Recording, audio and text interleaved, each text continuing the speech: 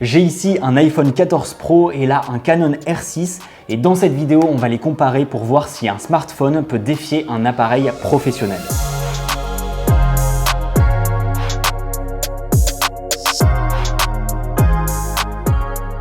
Salut à tous, c'est Ben, j'ai récupéré hier le tout nouvel iPhone 14 Pro et je l'ai testé de façon assez intensive pour savoir si ces nouveautés valent le coup et j'ai découvert des petites choses très intéressantes que je détaillerai dans une vidéo de test complète qui sortira très bientôt sur la chaîne. Donc si c'est quelque chose qui peut vous intéresser, n'hésitez pas à vous abonner. Ça, c'est un iPhone 6, est-ce qu'il y a quelque chose qui vous choque quand vous le voyez? Perso, quand je vois ça, je suis choqué par la taille de l'objectif photo. Il fait littéralement la taille d'un grain de riz et à l'époque, pourtant, c'était un truc de ouf. Quelques années plus tard, on se retrouve avec des excroissances énormes à l'arrière de nos smartphones, ce qui nous oblige à mettre des coques parce que sinon on peut pas les utiliser à plat sur une table. Bref, plus les années passent et plus les capacités photo et vidéo de nos smartphones augmentent, ce qui a un impact énorme sur les ventes d'appareils photo qui s'écroulent depuis une dizaine d'années. Du coup, dans cette vidéo, on va voir si un iPhone 14 Pro peut rivaliser avec un appareil hybride plein format en mettant d'un côté la photo ou vidéo prise à l'iPhone et de l'autre celle prise au boîtier et en essayant de deviner quel appareil a pris quelle image. Vous allez voir, c'est plus compliqué que ce qu'on peut penser, en tout cas perso, j'étais choqué en voyant ce que ça donnait. Pour info, avec ces trois capteurs, l'iPhone peut passer d'une focale de 13 mm en ultra grand angle à 77 mm en téléobjectif. Sur le boîtier, j'ai utilisé un 16-35 et un 24-70, ce qui fait que j'avais à peu près la même plage focale. Dernier point, toutes les photos ont été prises en RAW et les vidéos en ProRes et j'ai appliqué de légères retouches colorimétriques et de cadrage pour que le résultat soit le plus cohérent possible. Maintenant que vous savez tout, je vous emmène dans Paris pour la première photo. Bon, premier spot que je vais faire, c'est un grand classique.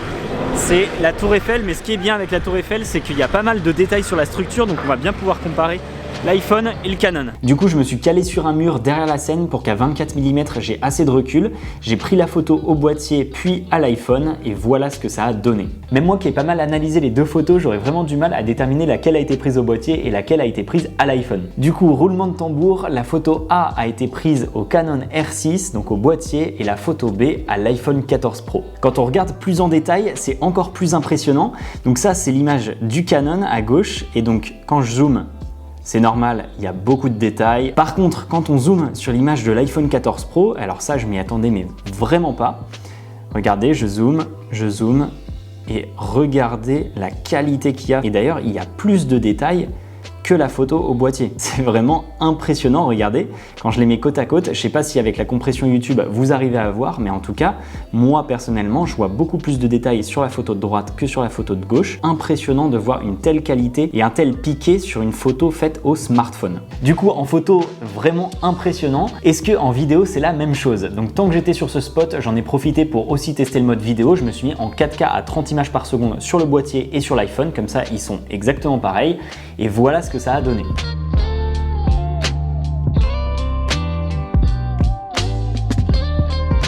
Alors le résultat, c'est que la vidéo A été tournée à l'iPhone 14 Pro et la vidéo B au Canon R6. Encore une fois, c'est assez impressionnant d'avoir une telle qualité sur un smartphone puisqu'à première vue, on n'arrive pas trop à faire la différence entre le boîtier et l'iPhone. Par contre, contrairement à la photo, là quand on zoome un petit peu dans l'image, on voit clairement que sur la vidéo d'iPhone, il y a un traitement qui fait beaucoup plus numérique et ce qui au final, quand on zoome, dégrade en quelque sorte l'image puisque c'est vraiment plus très naturel. On continue avec une troisième image. Pour celle-là, j'ai voulu tester le téléobjectif de l'iPhone. Donc je me suis mis à 77 mm et à 70 mm sur mon boîtier. Et là honnêtement, je trouve que c'est beaucoup plus facile de déterminer quelle photo a été prise au boîtier et laquelle a été prise à l'iPhone. Et donc le résultat, c'est que la photo A été prise au Canon R6 et la photo B à l'iPhone. Là, je trouve que ça se voit beaucoup plus, tout simplement parce que le flou d'arrière-plan est quand même 10 fois plus présent que sur la photo qui a été prise à l'iPhone ici, où quasiment toute la fleur est nette, tandis que là, en fait, la fleur paraît assez floue parce que la zone de focus est très faible, alors que sur l'iPhone, ici, il y a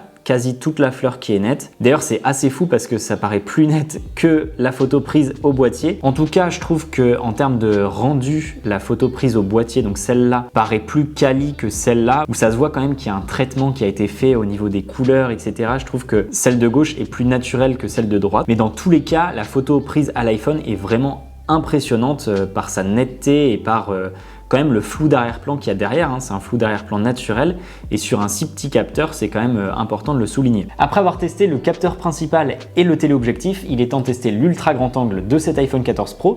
Donc pour ça, je suis allé à l'Arc de Triomphe et j'ai mis le 16-35 sur le boîtier, donc pour être à 16 mm et avoir le champ le plus large possible. Et voilà ce que ça a donné. On se retrouve avec deux photos qui sont assez similaires. Il y a quelques petits détails quand même qui peuvent nous indiquer laquelle a été prise à l'iPhone ou au boîtier. Je vous laisse quelques secondes pour trouver ça. Donc attention, suspense, la photo A a été prise à l'iPhone 14 Pro et la photo B a été prise au boîtier. Encore une fois, résultat assez impressionnant de l'iPhone puisque quand on regarde bien dans l'image, il y a vraiment beaucoup de détails, sachant que là c'est l'ultra grand angle, hein, donc c'est pas un grand capteur comme le capteur principal. Et malgré tout, vraiment, quand on zoome hop dans l'image, on voit qu'il y a quand même beaucoup de détails sur l'Arc de Triomphe. Et par rapport au Canon, si je zoome, on voit également très bien les détails sur le Canon. Encore heureux, hein. Bon, là pour le coup, ça se voit vraiment que l'algorithme photo d'Apple rajoute énormément de netteté à l'image, mais il faut rappeler quand même que c'est un capteur de 12 mégapixels celui-ci, donc franchement assez impressionnant. Le seul défaut, voilà, je le répète, c'est qu'il y a beaucoup de netteté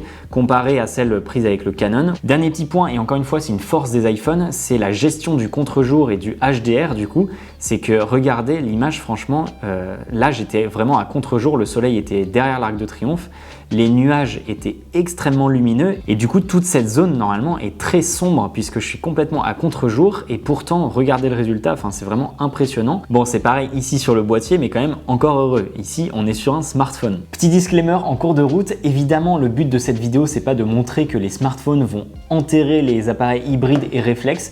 Loin de là, il y a quand même une sacrée différence en termes de taille de capteur, ce qui impacte directement la profondeur de champ et les performances en basse lumière. Par contre, pour être honnête, les smartphones ont quand même bien enterré les petits appareils photo compacts. Une fois que j'avais testé le capteur principal, le téléobjectif et l'ultra grand angle, j'ai voulu tester le mode portrait et devinez quoi, encore une fois, j'étais vraiment surpris par le résultat. Donc d'un côté, on a un portrait fait avec le boîtier et de l'autre, un portrait fait avec le mode portrait justement de l'iPhone 14 Pro. Et ce qu'il faut savoir sur cette photo, c'est qu'au moment où elle a été prise, le soleil était déjà couché, donc il faisait assez sombre. Pour info sur le boîtier, j'étais à ISO 3200, donc ça commence à monter un petit peu. Du coup, je sais pas si vous avez trouvé, la photo A était prise au boîtier et la photo B était prise à l'iPhone 14 Pro. Je vous montre sur l'ordinateur ce que ça donne. À gauche, on voit quand même que c'est plus doux, on va dire. Donc là, j'étais quand même à ISO 3200, donc quand on se rapproche, on voit quand même qu'il y a pas mal de bruit au niveau de mes cheveux, mais aussi au niveau du flou d'arrière-plan. La photo était quand même assez sous-ex, donc j'ai beaucoup augmenté l'exposition sur Lightroom pour que ça matche avec la photo de l'iPhone qui était quasi exactement comme celle qui apparaît ici. Donc elle était très lumineuse par rapport à la réalité. Donc je me suis adapté avec celle du Canon et c'est pour ça qu'il y a beaucoup de bruit. Mais tout ça pour dire quand même que le résultat est assez bluffant.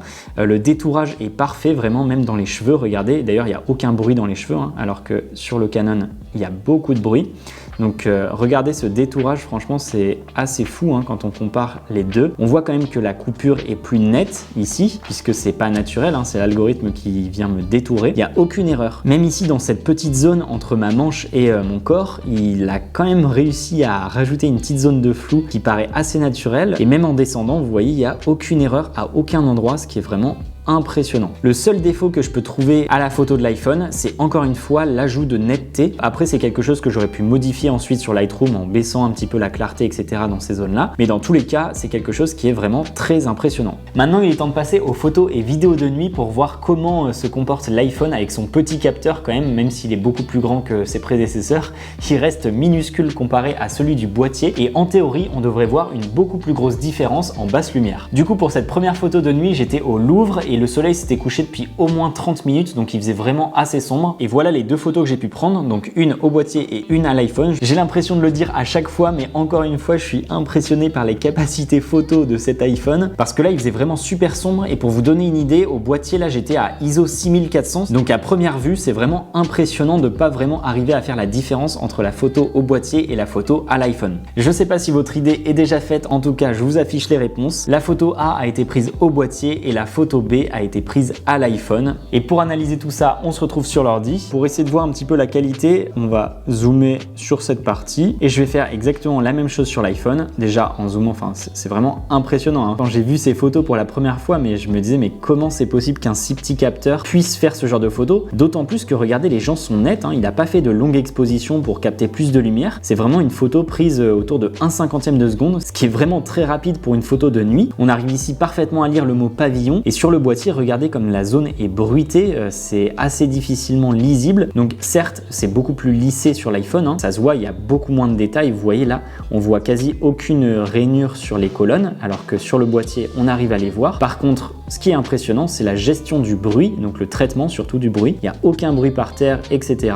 Et on garde quand même beaucoup de détails. Regardez la fenêtre. Alors il y a un petit peu moins de détails que sur le boîtier, mais ça reste quand même vraiment impressionnant. Et dernier point, le ciel. Regardez, le ciel ici sur l'iPhone est vraiment tout lisse. Et sur le boîtier, regardez ça, c'est absolument horrible. Il y a du bruit partout. Donc évidemment, sur le boîtier, c'est quelque chose que je peux traiter ensuite sur Lightroom en ajoutant de la réduction de bruit. Mais ce qui est impressionnant en fait, c'est qu'avec votre iPhone, vous vous positionnez, vous prenez votre photo et le résultat est quasi parfait, alors qu'avec le boîtier, vous êtes ensuite obligé d'aller dans Lightroom pour traiter la photo pour qu'ensuite elle soit parfaite. Donc c'est quand même un gain de temps énorme pour des photos quotidiennes. Tant que j'étais, j'en ai profité pour faire une vidéo de nuit pour voir si la qualité était aussi bonne qu'en journée. Donc encore une fois, je me suis mis en 4K à 30 images par seconde sur le boîtier et sur l'iPhone et voilà ce que ça a donné. Je pense que vous pouvez le remarquer, on voit quand même une différence de qualité entre les deux images, en tout cas beaucoup plus que tout à l'heure quand on regardait des photos. Et normalement, ça devrait vous permettre de déterminer quelle vidéo a été prise à l'iPhone. Du coup, je fais pas durer le suspense plus longtemps. La vidéo A a été tournée à l'iPhone 14 Pro et la vidéo B a été tournée au Canon. Alors honnêtement, vu les conditions de lumière, je suis assez surpris par ce que propose l'iPhone. On voit quasi aucun bruit puisque le logiciel interne vient améliorer tout ça. Mais d'un autre côté, comme il rajoute de la netteté, en fait, ça fait une impression très numérique, je trouve, qui est bien moins naturelle que celle prise au boîtier, qui certes a plus de bruit et qui paraît un petit peu moins net, mais au moins c'est plus naturel. Il nous reste une photo pour terminer cette vidéo de comparaison et pour celle-là, je suis pas allé bien loin puisque je suis juste allé à l'entrée de la pyramide et voici les deux photos que j'ai pu prendre. Il y a quelques détails encore une fois qui nous permettent de dire laquelle a été prise au boîtier ou non. Donc sans plus tarder, je vais vous donner le résultat. La photo A été prise à l'iPhone 14 Pro et la photo B au Canon R6. Et encore une fois, il faisait vraiment très sombre, ce qui fait que le rendu de l'iPhone est d'autant plus impressionnant. Bon, franchement, je sais pas ce que vous en pensez, mais moi j'ai été assez impressionné par les capacités photos et vidéos de l'iPhone 14 Pro. Honnêtement, je m'y attendais pas. En tout cas, dites-moi en commentaire ce que vous avez pensé de cette comparaison. Est-ce que vous êtes surpris? Vous attendiez pas à avoir une si grosse qualité de la part de l'iPhone? Ou au contraire, est-ce que vous n'êtes pas surpris et vous attendiez déjà à une qualité aussi phénoménale? De mon côté, je vous prépare un test beaucoup plus complet de la partie photo-vidéo de cet iPhone. Donc si c'est pas déjà fait, n'hésitez pas à vous abonner. Et sur ce, on se retrouve dans la prochaine vidéo.